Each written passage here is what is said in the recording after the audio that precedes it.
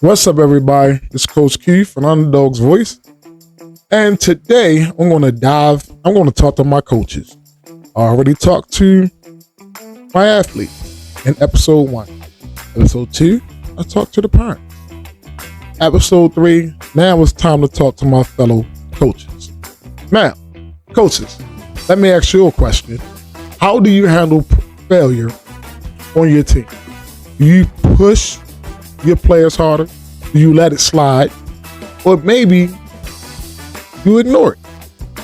If so, you're missing out on one of the greatest opportunities to grow your players and your team.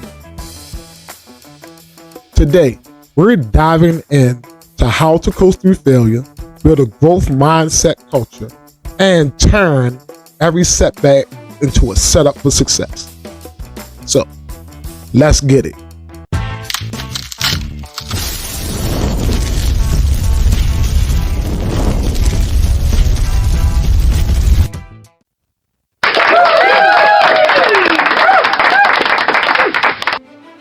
All right. Why do us as coaches avoid addressing failure? Let's be honest. Failure can be uncomfortable, even for coaches. It's tempting to avoid it altogether, especially when it feels easily to just move on and focus on other drills and other games. But here's the truth. Ignoring failure teaches players nothing, coaches. Trust me, I know. Worse, it makes them fear. When failure becomes taboo, players start playing it safe. And safe doesn't win championships. We all know that as coaches. On the other hand, if your approach is totally different and approach failure as a natural part of the process, it becomes a tool for growth. But first, you have to change the way you see failure and the way your team sees failure. So, how do we flip the script and use failure as a teaching moment? Let's talk about building a culture that thrives on growth. Great teams aren't afraid to fail. They are afraid of not growing. To create the mindset, you have to start with the culture. I'm going to give you 3 tips that will help you build a growth mindset culture. These are things that help me out with my team. The first thing is we have to encourage risk-taking. Let your players know that it's okay to mess up as long as they're trying to improve. It builds trust and it eliminates their fear of failure. Number 2, focus on efforts over results. Even though we always say we're not coaching effort, but focus on the players' effort over results. Celebrate players who hustle and try, even if it doesn't lead to success. Effort is the foundation of growth. And number 3, make failure part of practice. Use drills that challenge your players to step out of their comfort zone. Push them to the edge where failure is likely. Then guide them through it.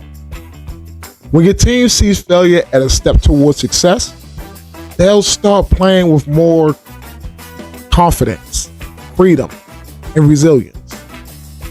Now that we have the foundation, let's talk about the art of delivering feedback without breaking your players' confidence. Let's talk about one of the hardest things that we have to learn how to do better as coaches. I even had to learn it after all my years of coaching. That's constructive criticism. Constructive criticism is a powerful tool, but only if it's done right. First, keep it specific. Instead of saying you need to play better defense, try saying let's work on your stance, staying low, and anticipating the pass. Next, Balance criticism with encouragement. Highlight what they did well before addressing what they did wrong, and let them know what they need to improve on. For example, your hustle on defense was great. Now, let's fine-tune your positioning to make it even better. Finally, focus on a solution. Don't just point out what they did wrong. Show them how to fix it. When players leave with a clear action plan, they're more motivated to improve. Trust me, this was hard. I know. Constructive feedback builds confidence in players and trust. But what happens when failure still feels like a robot? That's where drills and exercise come in. So, here are a few drills that I've used to help my players turn failure into growth. The reset drill. Have players repeat a difficult move or play until they succeed. It teaches persistence and shows that failure is part of the process. 2, I love this.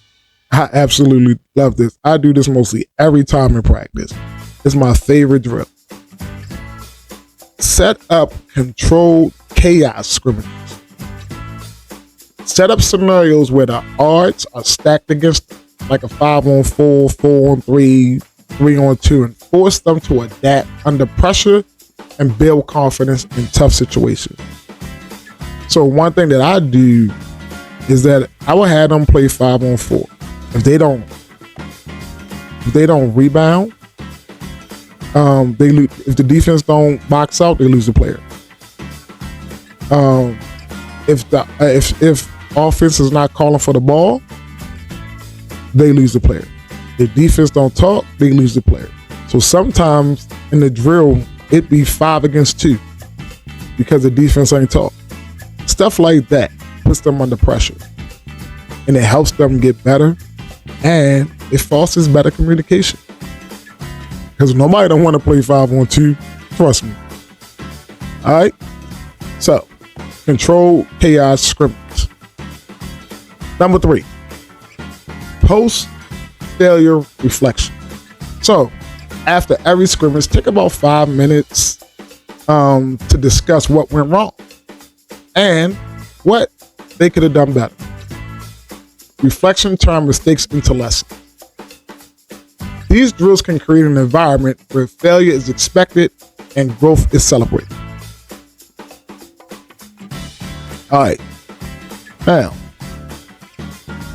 when you incorporate drills like these into your practice, you'll see your players' confidence skyrocket. I did this the other day in my practice, and my players were so woo. Coach, this is one of the best practices ever. It was so much fun. Yeah, because it challenged them, they worked hard, and they challenged each other. So, let's wrap this up with some key takeaways. Here's some actionable steps that we as coaches can start doing today to turn our setbacks into success. 1, create a team mantra about growth. Create a team mantra about growth. Something like fail forward or every mistake is a lesson. 2, incorporate at least one drill per practice that challenge players to fail and learn. 3, always deliver feedback with encouragement and a clear action plan. 4, model resilience. Share your own failures as a coach and how you overcame them. These steps will transform the way your team handles failure and the way they handle success. Failure isn't the enemy. It's your greatest ally in the building stronger, smarter, and more resilient players. When you create a culture where failure isn't feared but embraced, your team becomes unstoppable. I want to hear from you. What's one way you've turned a player's failure into a success story? Share it in the comments below, and let's learn from each other. Don't forget to subscribe for more episodes that challenge and inspire. Check out my link tree at Linktree SQ Basketball Chronicles for more coaching tools and resources. Thank you for watching The Underdawgs Voice. I'm your fellow coach, Coach Q, and I'm out.